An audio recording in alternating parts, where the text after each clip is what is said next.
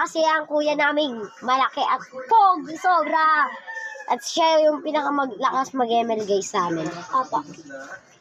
Ay kami asim.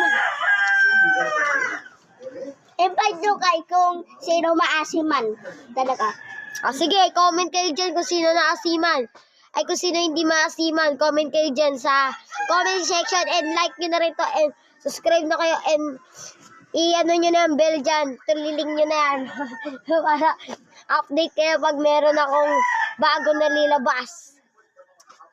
Nakita nyo na yung pangalan namin, ha?